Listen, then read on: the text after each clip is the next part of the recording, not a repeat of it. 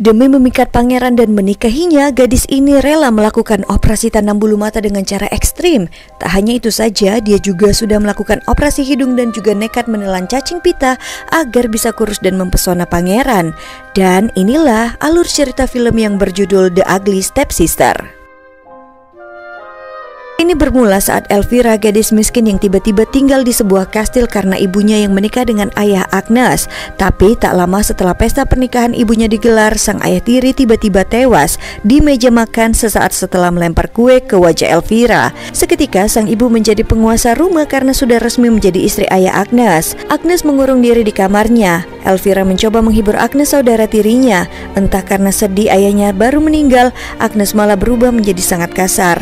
Ternyata alih-alih menikah dengan orang kaya, ibu Elvira tertipu. Ayah Agnes punya banyak hutang dan menyita peternakan dan juga uang miliknya. Elvira berpikir solusinya dia harus menikahi pangeran yang kaya. Tapi dia tak cantik, bahkan hidungnya berjerawat.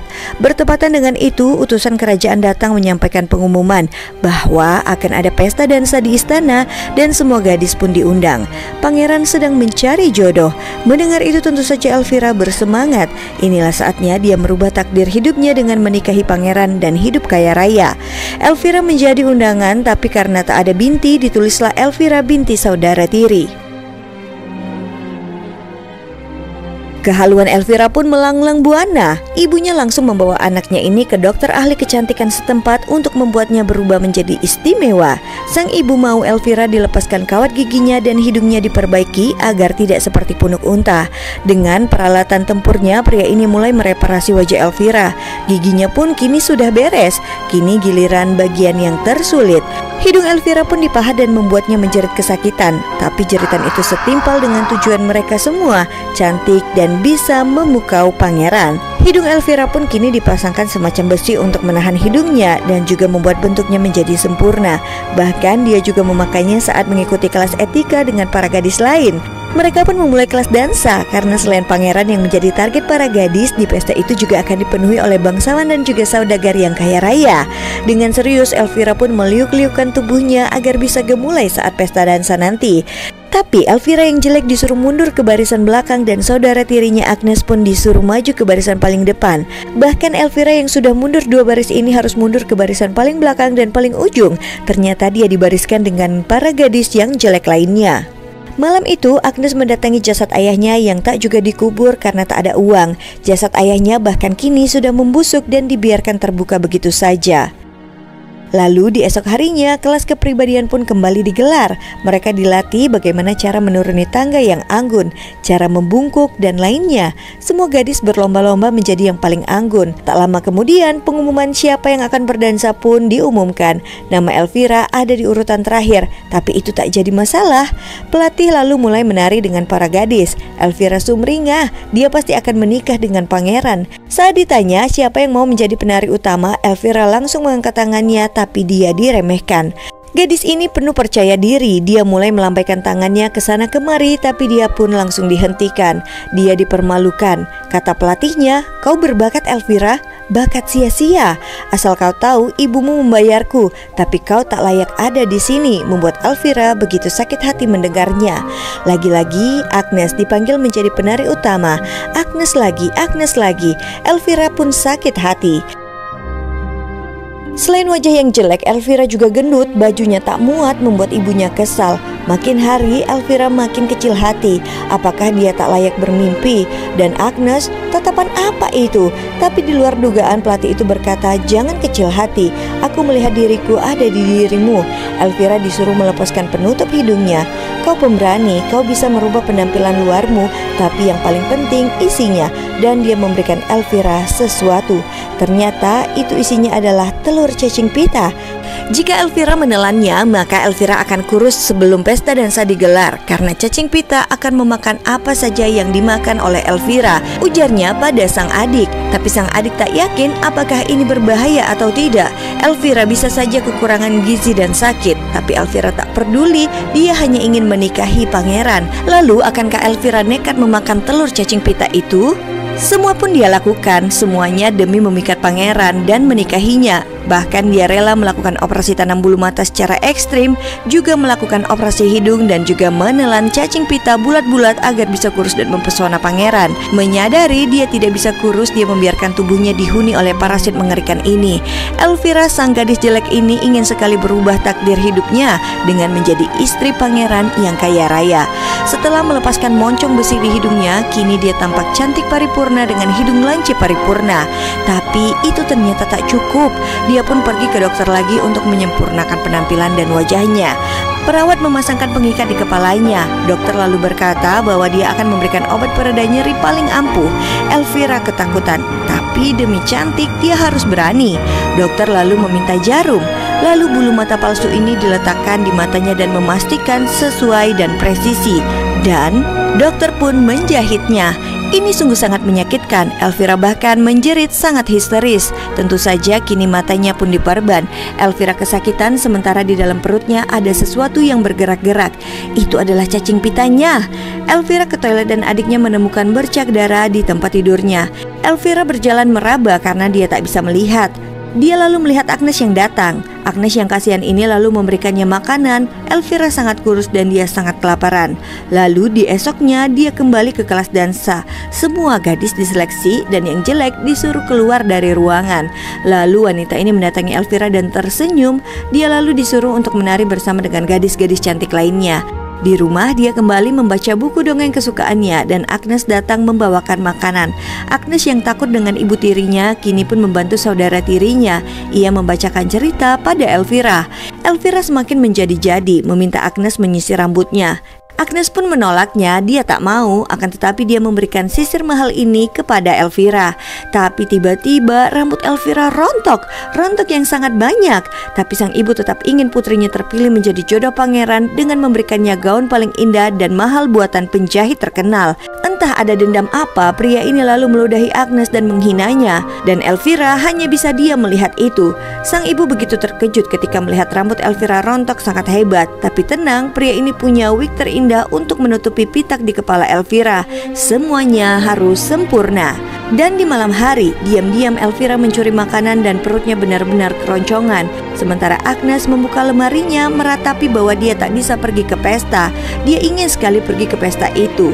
Saat dia membawa gaun indah berwarna biru ini, Elvira pun marah. Dia lalu langsung merobek baju itu. Tak akan dia biarkan Agnes pergi ke pesta dansa. Sang ibu pun juga tak akan membiarkan anaknya dikalahkan oleh sang anak tiri. Sementara Agnes yang sedih dihampiri ulat dari jasad ayahnya yang sampai kini tak juga dikuburkan. Lalu tiba-tiba ibunya yang sudah meninggal pun datang. Secara ajaib ulat-ulat itu membetulkan baju-baju yang robek dan sepatu bayi itu berubah menjadi sepatu cantik yang akan dipakai ke pesta itu. Lalu hari yang dinanti pun tiba. Elvira berdandan sangat cantik hendak pergi ke pesta yang ditunggu.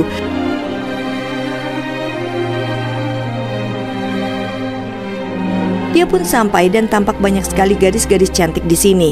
Satu persatu para gadis memperkenalkan diri mereka di depan pangeran dengan tujuan pangeran bisa menyukai mereka. Lalu giliran Elvira von saudara tiri dipanggil oleh petugas kerajaan. Lalu dengan anggun dan gemulai dia pun mulai berjalan memasuki ruangan. Dia kesana kemari memamerkan kecantikannya pada semua tamu yang datang. Dia pun tampaknya cukup berhasil mempesona pangeran dengan kecantikannya. Dia pun lalu menari di depan pangeran yang tampan, lekukan-lekukan gemulai kesana kemari. Ia lalu menampilkan bakat terbaiknya hingga membuat pangeran ini pun tersenyum. Gemulai bulu-bulu indah ini sungguh memanjakan mata pangeran. Sampai saat pangeran memilih pasangan dansanya, Elvira cukup harap-harap cemas. Dengan terus melangkah mendekat dan menatap Elvira, dia berjalan ke arahnya. Dan perjuangan Elvira yang jelek tak sia-sia, dia mendapatkan kesempatan berdansa dengan pangeran.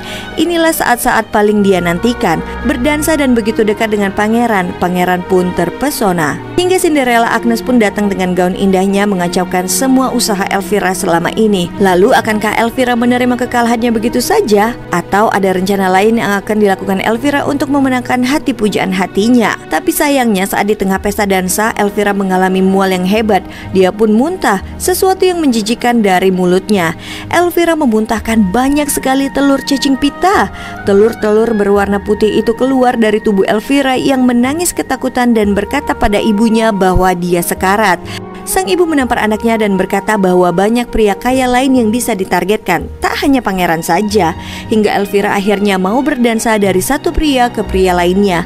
Namun meskipun begitu, dia tetap memikirkan pangeran. Dia sangat penasaran siapakah wanita berpenutup wajah itu. Dalam penglihatannya, Elvira melihat ada ulat dan cacing di mana-mana. Sungguh sangat menjijikkan dan membuatnya hampir pingsan.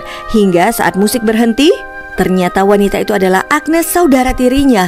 Agnes yang ketahuan Elvira pun langsung kabur melarikan diri meninggalkan sepatunya. Pangeran langsung mengumumkan siapapun gadis yang muat dengan sepatu ini maka pangeran akan menikahinya. Ini semua membuat Elvira langsung frustasi. Dia pun langsung mendatangi Agnes Cinderella dan meminta sepatu sebelahnya lagi sambil mengayunkan pisau. Mereka terlibat pertarungan.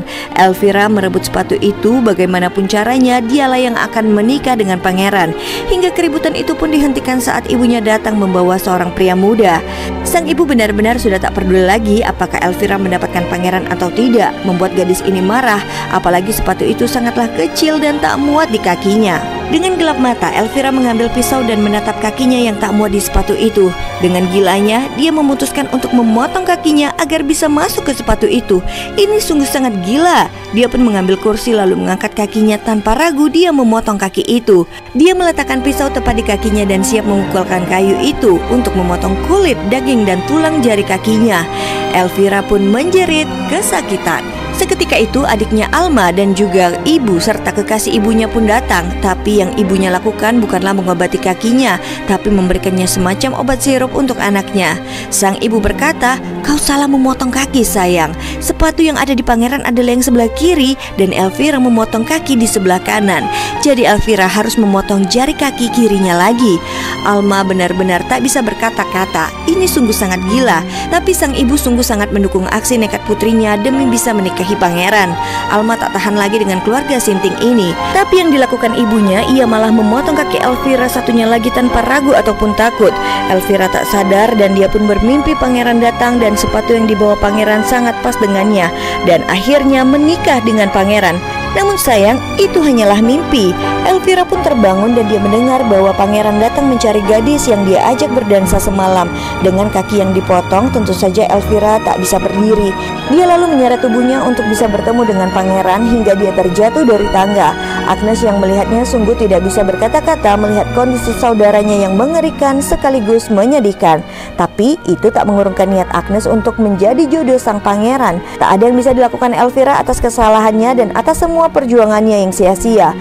Lalu adiknya Alma pun datang memberikan kakaknya ini penawar dari penyakitnya. Tak berapa lama Elvira lalu memuntahkan isi perutnya. Makhluk panjang berwarna putih menjulur keluar dari mulut kakaknya. Alma menariknya. Makhluk itu sangat panjang seperti tali yang tak ada habisnya. Tiba-tiba tali putih itu tak bisa lagi ditarik, seolah ada yang menyangkut. Adiknya pun terus memaksa dan benar saja dari dalam perut Elvira keluarlah makhluk menjijikan yang besar dan panjang. Tanpa ragu Alma memotong makhluk itu hingga mati. Elvira yang tubuhnya sudah rusak tidak bisa lagi berjalan hingga akhirnya memutuskan pergi bersama adiknya Alma dengan wujud yang sudah tak bisa dikenali lagi. Dan film pun berakhir. Sampai jumpa di cerita film seru lainnya. Jangan lupa like dan subscribe ya. Terima kasih telah menonton. Sekian dan terima gaji.